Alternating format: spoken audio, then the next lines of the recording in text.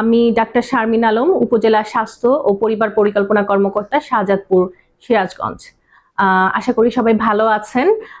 ইদানিং আসলে Russell's viper নিয়ে জনমনে খুব আতঙ্কের তৈরি হয়েছে এবং মানুষ এটা নিয়ে আসলে বিভিন্ন ভ্রান্ত ধারণাও তাদের মধ্যে তৈরি হয়েছে।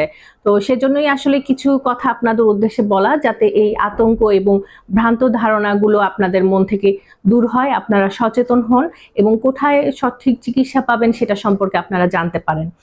আসলে এই রাসেলস ভাইপারটা কিন্তু নতুন কোনো সাপ না, আমাদের দেশে চন্দ্রবোরা নামেই এটা পরিচিত। সাধারণত রাজশাহী এবং খুলনায় এই সাপটার বেশি পাওয়া যায়।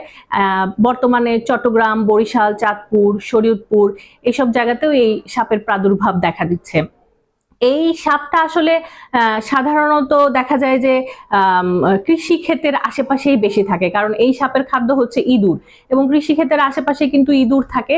তো এই জায়গাগুলোতে কিন্তু এই সাপটা দেখা যায়। আর বর্ষাকালে কিন্তু বিশেষ করে বন্যার সময় সাপের উপদ্রব এমনিতেই, যে কোনো সাপের উপদ্রব এমনিতেই বেড়ে যায়। তো সেজন্য কিন্তু আমাদেরকে এমনিতেই সাবধান হওয়া উচিত এই বর্ষাকালে, বিশেষ করে বন্যার সময়। এবং সাপ থেকে রক্ষা পেতে হলে আমাদেরকে আসলে কি করা উচিত? সাপ কিন্তু আসলে নিজে থেকে কখনো মানুষকে আক্রমণ করে না।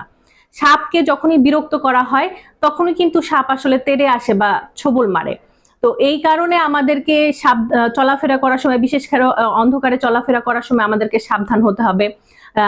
কৃষিক্ষেত্রে যারা কাজ করেন কৃষক ভাইয়েরা, তাদেরকে সাবধানতা অবলম্বন করতে হবে। আর একটা ব্যাপার হচ্ছে, সাপ সাধারণত দেখা যায় ঝোপঝাড়ের মধ্যে থাকে, তো বাড়ির আশেপাশের ঝোপঝাড় আমাদেরকে কাটতে হবে। কোথাও হয়তো বাঁশের স্তূপ বা কাঠের গুঁড়ির স্তূপ থাকে, এইসব জায়গায়ও সাপ থাকে। এমনকি মাটির বাড়িতে যে গর্ত বা ফোকর থাকে, সেই সব জায়গাতে সাপের অবস্থান থাকে। তো আমাদেরকে কিন্তু সেই মাটির বাড়ির গর্ত ফোকর গুলো বন্ধ করে দিতে হবে, যাতে সেখানে সাপ অবস্থান করতে না পারে। এবং নিচে নিচে ঘুমানো যাবে না, আমাদেরকে বিছানায় বা খাটে ঘুমানোর চেষ্টা করতে হবে। আর যদি সম্ভব না হয়, যে একেবারেই সম্ভব না, তখন নিচে ঘুমাতেই হয়, সেক্ষেত্রে মশারি ব্যবহার করতে হবে। আর দরজা জানালাগুলো ভালোভাবে আটকে ঘুমাতে হবে, যাতে সাপ প্রবেশ করতে না পারে। আর একটা কথা বলেছে যে সাপের খাবার হচ্ছে ইঁদুর। তো বাসা বাড়িতে যখন আপনার উচ্ছিষ্ট খাবার দাবার বিভিন্ন জায়গায় পড়ে থাকে, সেগুলোর জন্য কিন্তু ইঁদুর চলে আসে বাড়িতে। তো ইঁদুরের খোঁজেই কিন্তু সাপ চলে আসবে বাড়িতে। তো কাজেই আপনার বাসা বাড়ি সবসময় পরিষ্কার পরিচ্ছন্ন রাখতে হবে, এটা মনে রাখতে হবে।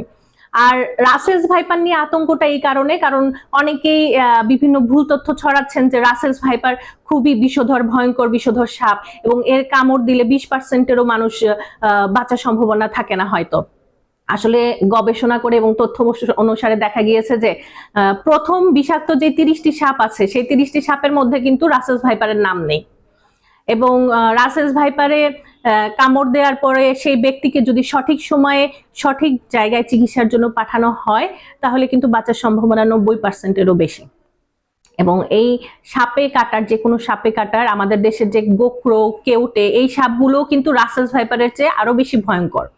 তো সাপে কাটার বৈজ্ঞানিক সফল চিকিৎসা প্রতিটি সরকারি হাসপাতালে বিদ্যমান আছে। এবং আমাদের শাহজাদপুর উপজেলা স্বাস্থ্য কমপ্লেক্সে বর্তমানে কিন্তু সাপের বিষের যে ঔষধ অ্যান্টি স্নেক ভেনম, সেটা পর্যাপ্ত পরিমাণে মজুদ আছে। আমাদের ডাক্তার এবং অন্যান্য সেবাকর্মীরাও প্রশিক্ষণ প্রাপ্ত। তো কাজে যে কোনো সাপে কাটার রোগী সময় নষ্ট না করে কবিরাজ বা বিভিন্ন হুজুর বা ওঝার কাছে না যেয়ে দ্রুত যদি চলে আসেন স্বাস্থ্য কমপ্লেক্সে, তাহলে কিন্তু সেই রোগীকে দ্রুত চিকিৎসা সেবা দিয়ে বাঁচানো সম্ভব হতে পারে। তবে অ্যান্টি স্নেক ভেনম চালু করার পরে অনেক ক্ষেত্রে রোগীর বিভিন্ন ধরনের রিয়াকশন হতে পারে বা জটিলতা দেখা দিতে পারে। সেই ক্ষেত্রে রোগীকে অনেক সময় আইসিইউ সাপোর্ট লাগে। তো আইসিইউ সাপোর্টের জন্য তখন সেই রোগীকে কিন্তু আমরা আসলে রেফার করে দেই, অ্যাম্বুলেন্সের মাধ্যমে আমরা রেফার করার ব্যবস্থা করি। এটা আসলে সবার ক্ষেত্রে লাগে না, কিছু কিছু ক্ষেত্রে লাগে। তো প্রয়োজন বুঝে আমরা ব্যবস্থা নিয়ে থাকি। এখন আসি যে আমরা যদি একটা সাপ কোনো মানুষকে যখন কামড়াবে, তখন প্রথমে কি করতে হবে? প্রথমে সেই কামড়ানোর জায়গাটা, দংশিত স্থানটা আমাদেরকে সাবান পানি দিয়ে ধুয়ে মুছে সেখানে একটা হালকা করে একটা ব্যান্ডেজ দিতে হবে, যাতে রক্তটা পড়াটা বন্ধ হয়। এবং যেই স্থানে কামড় দিয়েছে সেই স্থানটা যাতে নড়াচড়া না করে, সেজন্য সেখানে একটা ব্যান্ডেজ অথবা গামছা দিয়ে আমরা হালকাভাবে পেঁচিয়ে নিতে পারি। সেই বাঁধনটা এতটা বেশি টাইট হবে না বা এত ঢিলা হবে না, খুব ঢিলাও করা যাবে না, আবার খুব বেশি টাইটও করা যাবে না, যাতে আমার দুইটা আঙ্গুল সেই ব্যান্ডেজের নিচ দিয়ে চালনা করতে পারি। ব্যান্ডেজ দেওয়ার উদ্দেশ্য হচ্ছে সেই অঙ্গটা যেন নাড়াচাড়া না করে, নড়াচড়া করলে সাপের বিষটা দ্রুত ছড়িয়ে পড়বে। এবং আমরা সাধারণত দেখা যায় যে এই রোগীগুলো যদি পায়ে কামড় দেয় সাপ, তাহলে তাকে হাঁটিয়ে আনা যাবে না। হাত বা অন্যান্য অঙ্গে যখন কামড় দিবে সেই অঙ্গটা যেন নড়াচড়া না করে, সেটাতে খেয়াল রাখতে হবে। এরপরে দ্রুত সময় নষ্ট না করে হাসপাতালে নিয়ে আসতে হবে। আরেকটা কাজ করতে হবে যে যেখানে কামড় দিয়েছে সেই জায়গায় যদি ঘড়ি, আংটি, চুড়ি বা তাবিজ, তাগা বিভিন্ন জিনিস থাকে সেটা খুলে ফেলতে হবে, কারণ দংশিত স্থানটা অনেক সময় ফুলে যেতে পারে, পরবর্তীতে ওই আংটি চুড়ি খোলাটা সম্ভব হবে না। তো এইভাবে একটা রোগীকে দ্রুত হাসপাতালে নিয়ে আসলে চিকিৎসা সেবা দিয়ে সেই রোগীকে কিন্তু সুস্থ করে ফেলা যাবে। আর আরেকটি কথা যে অনেকেই হয়তো ওই যে সাপকে মারতে যায় বা ধরতে যায়, তো সাপ মারা বা ধরার পিছনে সময় নষ্ট করে দ্রুত কিন্তু রোগীকে আনার ব্যবস্থা করতে হবে। আর খালি হাতে এইভাবে সাপ মারতে যাওয়াটাও যে মারতে যাবে তার প্রাণনাশের আশঙ্কাও থাকে। তো এই কাজ থেকে বিরত থাকতে হবে সবাইকে। এবারে এতক্ষণ তো বললাম যে কি কি কাজ আমাদেরকে করতে হবে, এখন বলি যে কি কি কাজ আমরা করব না। একটা হচ্ছে যে যে জায়গায় কামড় দিয়েছে সেখানে আমরা কোনো শক্ত গিঁট বা বাঁধন দিব না, এতে রক্ত চলাচল বন্ধ হয়ে যায়, সেই অঙ্গের পচন ঘটে যেতে পারে এবং তাতে এক পর্যায়ে সেই অঙ্গটা কেটে ফেলতে হতে পারে। এরপরে কি, যেখানে কামড় দিয়েছে সেখান থেকে অনেকে মুখ দিয়ে বিষ চুষে ফেলে নিয়ে আসে, ভাবে এতে বিষ বের হয়ে যাবে, কিন্তু এই কাজটা করা যাবে না। অনেকে মুরগি বা ছোট প্রাণীদের মুখ দিয়ে সেই বিষটা টেনে বের করে, এই কাজগুলো একেবারেই করা যাবে না। তারপর দংশিত স্থানে কাদা, তারপর গোবর, বিভিন্ন গাছগাছড়ার বীজ বা গাছগাছড়ার মলম এগুলো লাগায়, এই কাজ করা যাবে না। এছাড়া আরেকটি যেটা আমরা বলি যে কার্বলিক অ্যাসিড দিয়ে অনেক সময় অনেকে ওই স্থানটা, দংশিত স্থানটা পুড়িয়ে দেয়, এসব কাজ থেকে বিরত থাকতে হবে। অনেকে ভাবে যে যেহেতু বিষ শরীরে ছড়িয়ে গিয়েছে, বমি করলে হয়তো বিষটা বমির সাথে বের হয়ে আসবে, সেজন্য তারা তেল, ঘি বা গাছগাছড়া শিকড় বাকড় দিয়ে বমি করানোর চেষ্টা করে, এটা একেবারেই করানো যাবে না। যে ব্যক্তিকে সাপে কামড় দিয়েছে তার যদি কথা বলতে অসুবিধা হয়, নাকে কথা বলে অথবা মুখ দিয়ে লালা ঝরে, তাকে কোনো প্রকার খাবার মুখে দেয়া যাবে না। আরেকটা ব্যাপার হচ্ছে যে ব্যথা, দংশিত স্থানে ব্যথা হয়, সেই ব্যথার কারণে অ্যাসপিরিন জাতীয় কোনো ধরনের ব্যথার ওষুধ দেওয়া যাবে না। সর্বোপরি ওঝা বা বৈদ্য বা কবিরাজের কাছে দৌড়াদৌড়ি না করে দ্রুত হাসপাতালে নিয়ে আসার ব্যবস্থা করতে হবে। স্বাস্থ্য সুবিধা পেতে উপজেলা স্বাস্থ্য কমপ্লেক্সে বিলম্বেতে আসা যাবে না। আর এই বিষয়গুলো গেলে আমরা কি করব আর কি করব না। এবারে আসি যে যদি বিষাক্ত সাপ কামড় দেয়, সাধারণত বাংলাদেশে প্রায় 85% সাপেরই বিষ নেই।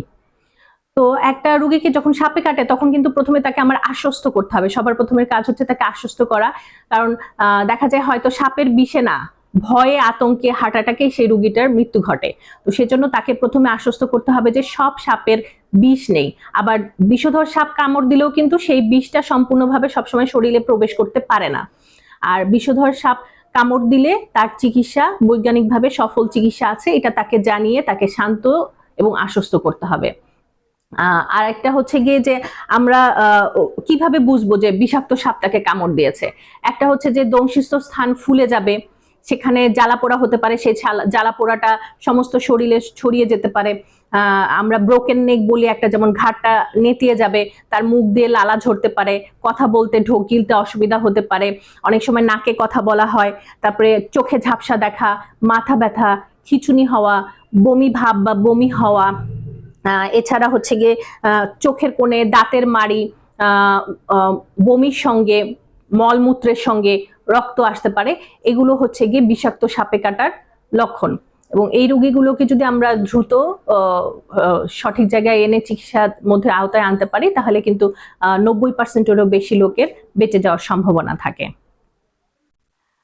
আর যেটা আসলে পরিশেষে যে কথাটা বলতে চাই যে সর্পদংশনে ভয় না পেয়ে চিকিৎসা নেই সঠিক সময়ে। আর মনে রাখবেন যে সাপে কাটলে ওঝা নয়, হাসপাতালে চিকিৎসা হয়। শাহজাদপুরবাসীকে আতঙ্কগ্রস্ত না হয়ে সঠিক সময়ে সঠিক জায়গায় শাহজাদপুরে যে আমাদের উপজেলা স্বাস্থ্য কমপ্লেক্স আছে সেখানে আসুন এবং স্বাস্থ্য সেবা গ্রহণ করুন। ধন্যবাদ সবাইকে।